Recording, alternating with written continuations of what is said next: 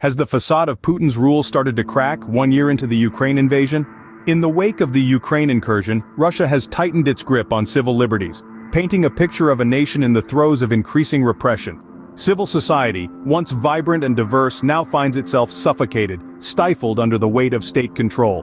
The voices of dissent, the brave few who dare to challenge the status quo, like political opponent Alexei Navalny, find themselves silenced, imprisoned or coerced into exile. The narrative of a resurgent empire is being spun as Putin seeks to reassert Russia's place on the global stage. Ukraine's sovereignty has been undermined, its independence questioned, as Putin's vision of a Russian empire takes precedence over the aspirations of a fledgling nation. Independent media and human rights groups, previously the bastions of free speech and advocates for the oppressed, have been systematically suppressed. They have been either shuttered or slapped with the label of foreign agents, effectively muting the voices of truth and justice. But the facade of Putin's rule is not impenetrable. Rumblings of discontent are growing louder. Whispers of another wave of mobilization in Russia are making the rounds, signaling potential unrest, and within the corridors of power, the signs of elite competition are beginning to emerge, hinting at cracks in the monolithic image of Putin's rule. This is not just about a conflict between two nations. This is about the future of Russia itself, the nature of its governance, and the direction it will take in the years to come. With rumors of another wave of mobilization in Russia and emerging signs of elite competition, the political landscape seems to be shifting. The facade may be starting to crack, but what lies beyond it remains to be seen. In the wake of the first wave of mobilization causing unrest and protests, how has Russia's military strategy evolved? Well, it appears that Russia's military has shifted gears, moving towards a war of attrition in Ukraine. This is a type of warfare characterized by prolonged periods of conflict where each side gradually wears down the other through continuous losses in personnel and material. The goal is not to defeat the enemy outright but to bleed them dry over time. Ukraine, on the other hand, has been on high alert, issuing warnings of a possible major new assault by Russia. Tensions are high and the stakes are even higher. A significant player in this evolving scenario is the private military company known as the Wagner Group. This entity has been leading slow, steady advancements in Ukraine's Donbas region. The group is not your typical military outfit. It operates more like a mercenary force, with methods that are brutal and uncompromising. The Wagner Group's tactics draw some unsettling parallels with a bleak chapter in Soviet history. Their ruthless approach to warfare is reminiscent of the Soviet Union's scorched earth policy during World War II, where the Russian military would destroy anything that might be useful to an enemy while advancing or retreating from a region. As the Wagner Group gains prominence, the war in Ukraine takes on a more ruthless character. The group's leader, Yevgeny Prigozhin, has gained considerable influence and is seen as a potential rival to Putin. This power dynamic adds another layer of complexity to an already convoluted situation. The role of the Wagner Group and Russia's shift towards a war of attrition underscore the changing nature of this conflict. What started as a straightforward military invasion is morphing into a drawn-out, brutal battle of attrition, where victory is measured not in territory gained, but in the ability to outlast the opponent. Could the rise of the Wagner Group's leader, Yevgeny Prigozhin, pose a threat to Putin's rule? Well, it's a question that's currently fueling speculation within the political sphere.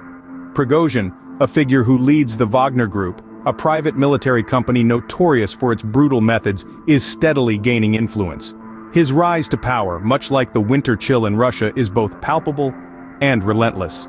The methods employed by the Wagner Group in Ukraine's Donbas region are reminiscent of a grim chapter in Soviet history, a stark reminder of the capacity for human brutality.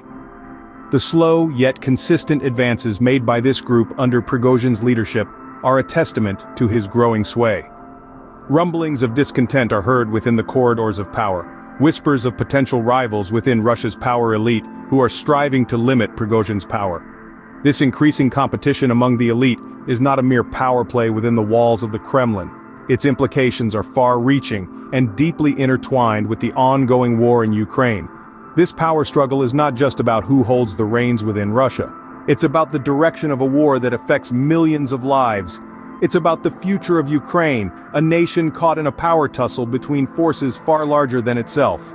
Prigozhin's growing influence, the elite competition, the efforts to limit his power, all add layers of complexity to an already convoluted situation. The power dynamics within Russia are shifting, much like tectonic plates beneath the surface. And just like a seismic event, these shifts could have catastrophic consequences, or they could pave the way for new landscapes. With the power dynamics in Russia's elite shifting, the future of the war in Ukraine hangs in the balance. This struggle for power, far from the front lines, may yet determine the fate of a nation and the course of history. How have Western powers reacted to the escalating conflict in Ukraine, and what impact could their actions have on Putin's strategy? A key question that has been at the forefront of international discourse. In the face of Russia's aggressive tactics, Western nations have not remained silent. Germany, the United States, and other European allies have made a bold move, delivering tanks to Ukraine. This decision, a clear signal of solidarity, is not merely symbolic. It's a practical strategy to fortify Ukraine's defense capabilities against the Russian military onslaught. The delivery of tanks is a significant boost to Ukraine's ground forces. It's a move that could potentially swing the balance of power in the region, and a clear message to Putin that the West will not stand idly by as Ukraine fights for its sovereignty. But as with any strategic decision, the impact of this move is multifaceted. It's not just about the physical presence of tanks on the ground, it's about the psychological boost it gives to the Ukrainian forces, knowing that they have the backing of major global powers. It's about the ripple effect it sends through the international community, solidifying the narrative of a unified front against Russian aggression. And what of Putin's strategy? It's likely that these actions from the West will test his approach to the conflict. Could it prompt a shift in tactics, or even make him think twice about further escalation? While we can't predict Putin's next move, it's clear that the stakes have been raised, but we must also consider the potential for unintended consequences. Could this increase in support for Ukraine provoke Russia into a more aggressive stance?